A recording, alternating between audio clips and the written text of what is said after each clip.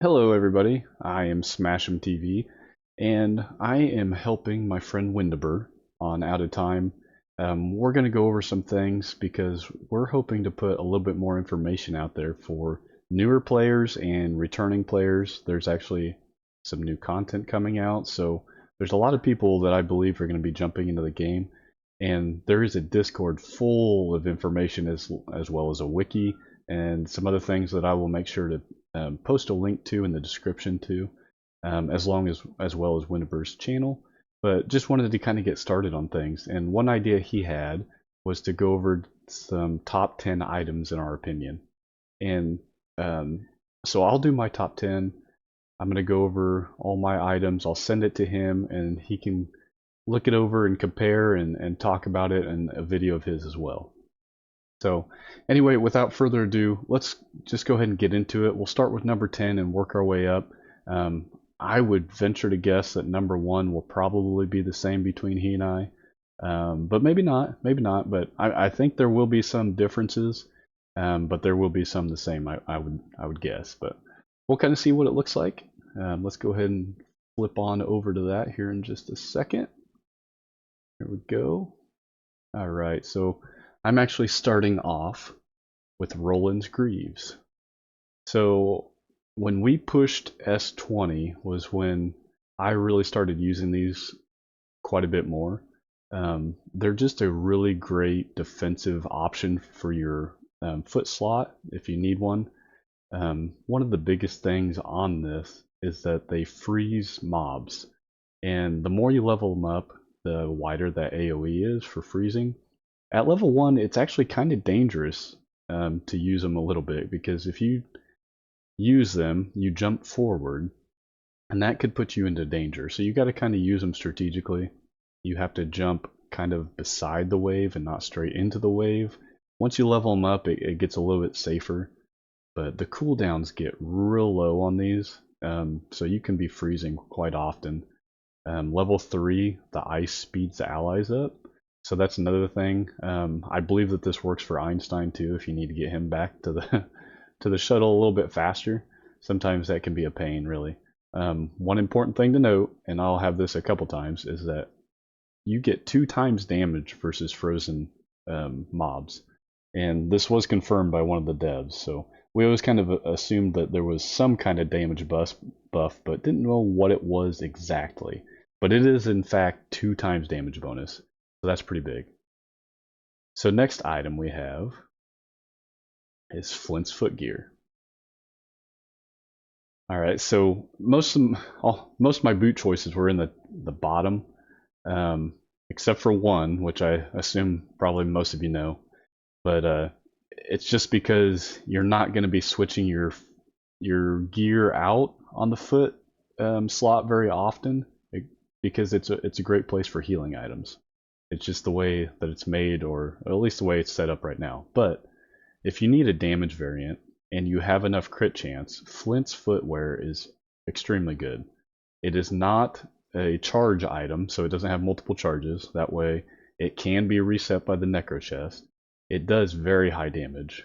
It can keep up with the beam for the solar chest, which is one of the best items in the game. It can keep up with just about any of the other items, really, even on the boss, and it's great clear. The flames can be triggered by things that you put down, such as turrets, and I believe the flowers that you put down as well. The speed increase, and yes, I know this one affects Einstein for sure, but if this can speed up people for in speed runs, you really wouldn't use it, but if you have someone falling behind, they can just keep running on top of these and catch up with the group pretty quickly. It's pretty nice. Like I said, very low cooldown. Again, no crit chance, so you got to make sure you have your crit chance up there. In a group setting, it shouldn't really be a problem. It's more a solo issue, and you probably won't be wearing these in solo, most likely, unless there's some new tech. I mean, you could do some wonky stuff like maybe EMT chest or helm or something like that to make room for these in the foot option, but I don't think it's very likely. Alright, so the next one is Crystal's Longbow. So Crystal's Longbow is in here. It's not super high damage on the boss, but its auto attack freezes every shot. And the closer you are, the higher the attack speed. So the further away you are, the lower the attack speed. So you can kind of use that to your advantage too. But yeah, every auto attack freezes, and if you get them grouped tight enough, it will actually kind of AoE. So you can freeze multiple targets with it if they're tight, if they're very tightly packed.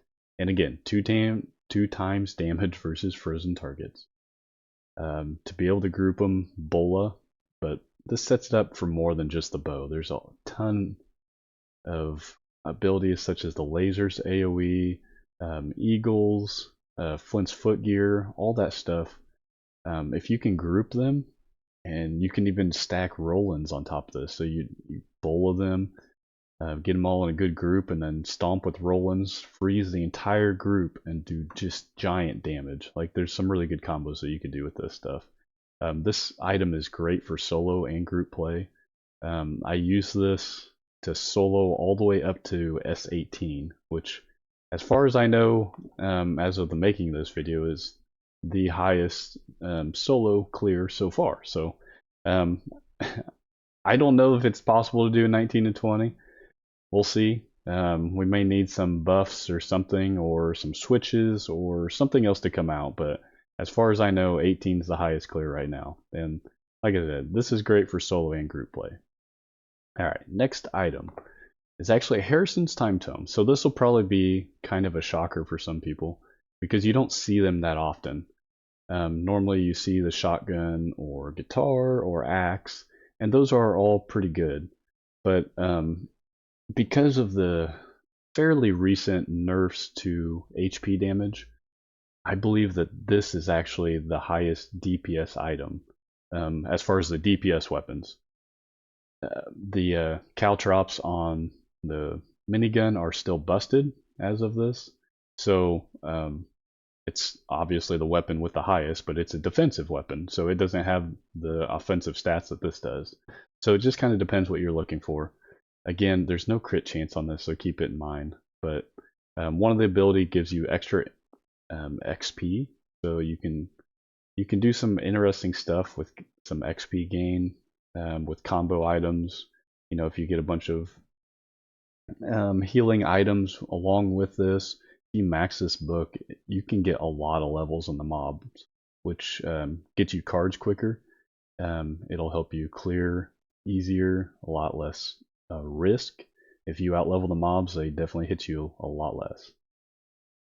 The Q, which is this ability right here, is the Storm. It's great for clearing, so this is actually a really good speed running weapon as well. And I think that's why it's on my list, is because it's great for pushing, it's great for clearing, it's really just a great all-around one that you can be safe to dump a bunch of resources in. I mean, it's a good weapon. I don't see it moving anytime soon. But I don't know, we'll see. But the reason it does so much damage is because card 5, the auto attacks do 8% HP damage, and it doesn't seem like it was affected by the HP damage nerf as much as some of the others. So it does a lot. If you get the auto attack up to 5, you're going to be topping the leaderboards most likely, unless someone has caltrops. But besides that, you're probably up there.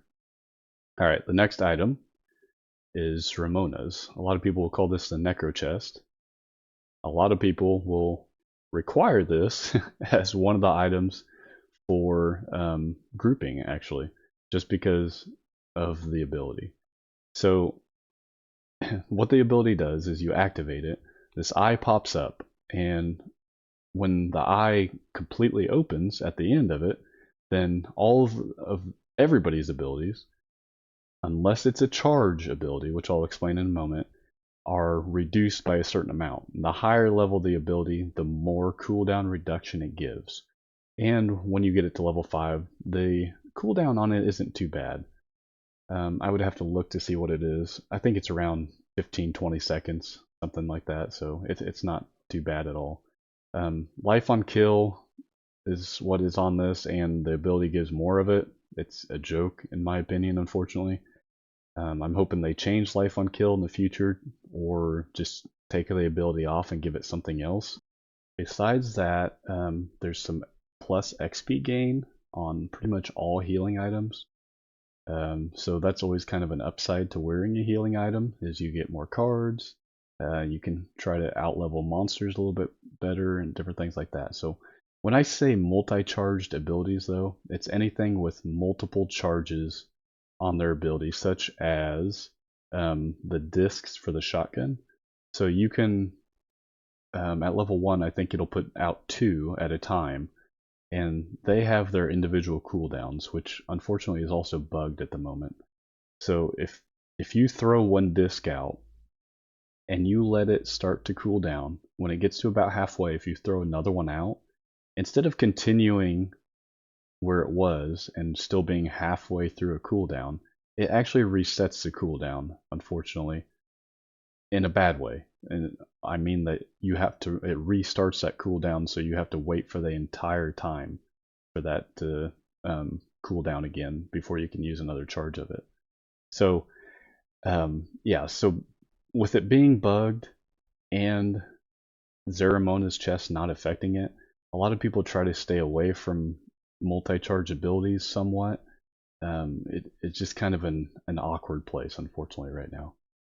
Alright, let's head to the next item. So we've got Drax Horns. We're starting to get toward the top of the list, huh? So I put Drax Horns on here because at times, depending on what level you're doing, this can possibly be your only tank item, just because of the scaling. You can stack a whole bunch of damage, just kill things before it gets to you, and let whoever's wearing this pick up gold, because that's how you stack up the armor and health through the bonus that it gives. And it will increase as you level it up as well. So if you have this and you're relying on it for tankiness, make sure you upgrade this weapon as soon as possible. But the armor and health scaling can get outrageous. It gets pretty crazy, actually. It even increases gold slightly, which that's kind of whatever. But if you're really hurting on defenses, if you're getting one shot or two shot or something, I would really highly look into someone wearing these. Even if it's a epic one, a purple, it's probably still worth it, to be honest with you, just because of how the ability mechanics work. Alright, let's go on to the next one. Sedan's Solar Shield. This may be the best overall or flexible item in the game right now. So it's just a really, really well designed piece.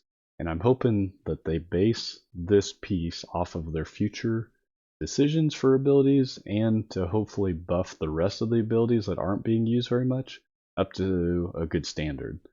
So one of the important things, it has armor per level. But so just without it being a tank item, the beam is the coolest thing. So it's a great ability because it'll target the highest health item, or not item, but mob that you are looking at. So wherever your screen's aiming is what this beam is going to be looking for. It won't attack stuff behind you. So if you don't want it to attack a slime, just turn your screen away from the slime, and it's no problem. That can get tricky at some points, I'm sure, and I know it has for me at times too, but you can work around it a little bit. So at level 1, it's just a beam that travels around. Level 2, it actually has a slow. This slow is pretty paramount. If you fight the lion boss on the solar era, when he starts to jump around, open this beam up on him and watch how much easier it is to deal with him. It's actually makes it a joke at that point. That went from one of the most pain in the butt bosses to no problem at all for me because of this. Level 3, it actually gains an AoE effect. Level 4, it gets a burn, and any burn, such as the guitar, the Flint's foot gear, and different things like that, we believe that they do some kind of percent HP damage. So on bosses and very high health mobs, this will scale up a lot. And then at level 5, the AoE just goes off a lot more often. So it's really cool that each level of the beam adds a little bit extra, and level 5 just makes it go crazy. It's a really, really good item. Alright, next item is Glick's Gatling Gun. So I believe this is third on my list. So Glick's Gatling gun currently has the ability with the highest damage, which is caltrops. I think most people know that by now. But once you get level 4 caltrops, I don't know if it's a bug or what kind of interaction it is exactly, but it does insane damage. There's no ability that will keep up with it at this point. Even without that, even if this is fixed tomorrow, this will still be in my probably top 10 just because of the CC and the damage that it can do otherwise.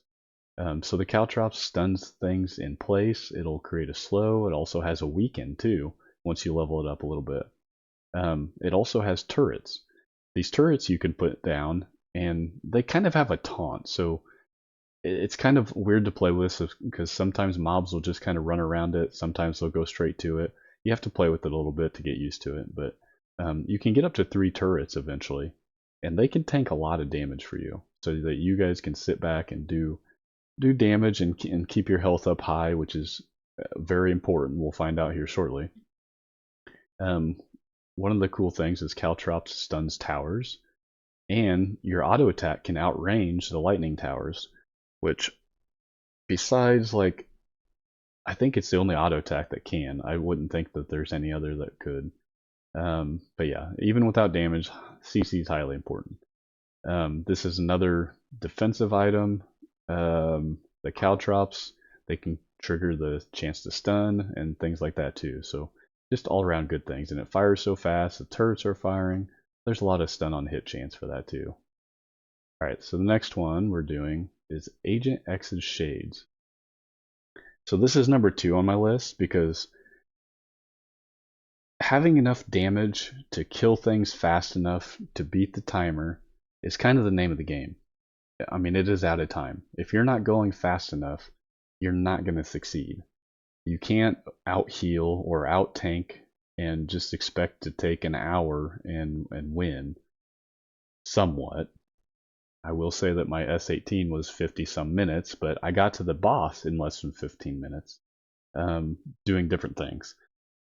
But besides that, so Rumble put out a really cool thing in the Discord that I would suggest people check out. He did some stuff with crit chance, he did things with armor, but one of the things he did was explained how the damage is calculated. So ability damage increase is put in there first, then your crit multipliers. Crit is still extremely important. You want to get your crit up. But once you have your crit at a decent stage, global damage is king. Because inside the company, they actually call it increased damage. They don't call it global damage or anything like that because it's applied last. So once all these are put on, this 100% global damage, this needs to be changed to global damage, is put in. So at level 1, if you are full health, you're giving your entire team plus 100% damage. This thing can scale up to about 240% increased damage if you level the helm.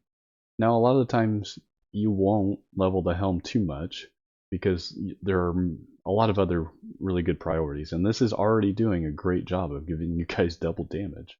And you can stack these, so if you have 2 or 3 people in your group, they're all giving 100% apiece if they're full health.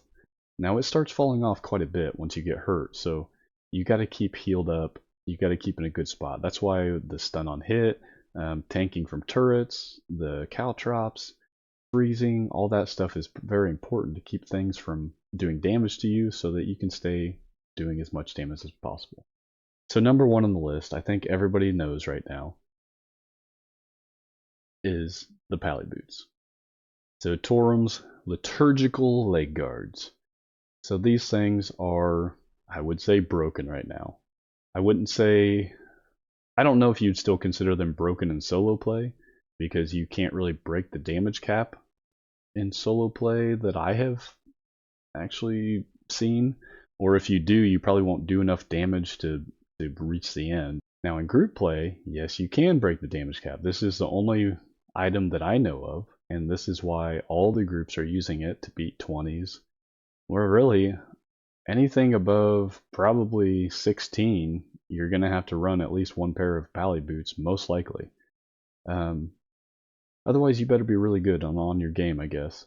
I'm sure you can probably do it around 16, 17, possibly even 18 without these. I don't know. That would be a pretty big success if someone did that, and it'd be really cool to see. But a 20 has not been beaten without somebody, at least one person with pally boots, because you can get damage reduction normally up to 50%, but these will give the 20% that these give will break that barrier. So if you have 50% flat and then have these activated, then you have 70% damage reduction. If you have two people with these activated, that's 90% damage reduction. And obviously, a lot of these groups are wearing 3 pairs, so even without any damage reduction cards, that's immediately 60% damage reduction and already through the cap. And so, along with that, when you level these up, level 2 gives a slow. I think level 3 gives a weaken. All the levels do healing and damage, but it's not until level 3 that this will actually follow you around. Level 1 and 2, it just puts a circle on the ground. So it makes it a little bit harder to use them at first. But once you get level 3 and above, you're pretty golden. Level 4, there's not much downtime between when you activate it and you have to wait for the cooldown. After it ends, level 5, it's up all the time. All the time. Not to mention, these are actually one of the boots with the highest move speed in the game. They might be the highest move speed, but they also give inherent move speed to your group while the buff is active for some reason. I don't quite understand that either. But the other cool thing is that since these are up all the time, they're constantly ticking. And if you have stun on hit, things aren't touching you anyway. So even if the damage reduction thing gets knocked down, they might still be the best, and most likely will be the best item in the game because of that. If you get enough stun on hit, things aren't going to damage you anyway. You just got to be careful. You can't rush headlong into stuff necessarily, because you have to give your stun on hit a chance to proc. But once it does, you can just keep them stunned forever. There's no diminishing returns that I've seen. Obviously, this doesn't stun bosses, so you've got to be extremely careful on that. I would assume an S20 boss will probably wipe your team pretty dang quickly if you are low on damage reduction and you're in a bad spot. So you can always kite them out pretty hard. Just about any boss you can kite really well. So your group just has to be on the same mindset and understand what they're doing. But that's it. So that's my top 10 list. We'll scroll through them one more time. So we've got Roland's Greaves, got nice freeze ability. Flint's foot gear has a lot of damage to it. Crystal's bow, just good overall CC, great for solo and group play. Harrison's tome is one of the second highest damage because of the auto attack. Get that to level 5 and you're doing a lot of damage, especially on the boss. The Necro chest is for cooldown reduction, just resetting skills. Drax Horns, best tanking item in the game. Don's Solar Shield is mostly because of the beam. It's great defensive item too, but this beam just does amazing things. Glick's Gatling Gun, mainly because the Caltrops level 4 is broken, but CC for days on this thing. It's pretty awesome. Agent X's Shades, 100% plus global damage for your entire party, not just you. Just got to stay high health. So stay healthy while you're out there with these. And then, of course, the Pally Boots. So I would be very surprised if Windi doesn't have Pally Boots as number 1 also. But it may just be because of a preference thing. I did my list as a beneficial thing to all players, whether you are leveling your character or pushing high content. These aren't the best speedrunning boots, but you can still use them just fine. Like I said, highest base move speed, so it's nothing bad about that. But the rest of the items in here you can use for speedrunning or pushing, and they're definitely some of the best pushing items in the game. So I hope you guys got some good information about that. Again, I will be sending this to Windaburr. He's going to create his own video kind of comparing my notes with his notes. So it'll be really cool to see how that turns out. But anyway, thanks for sticking around. I really appreciate it. I'll put some links in the description below, and I hope to see you next time. Thanks.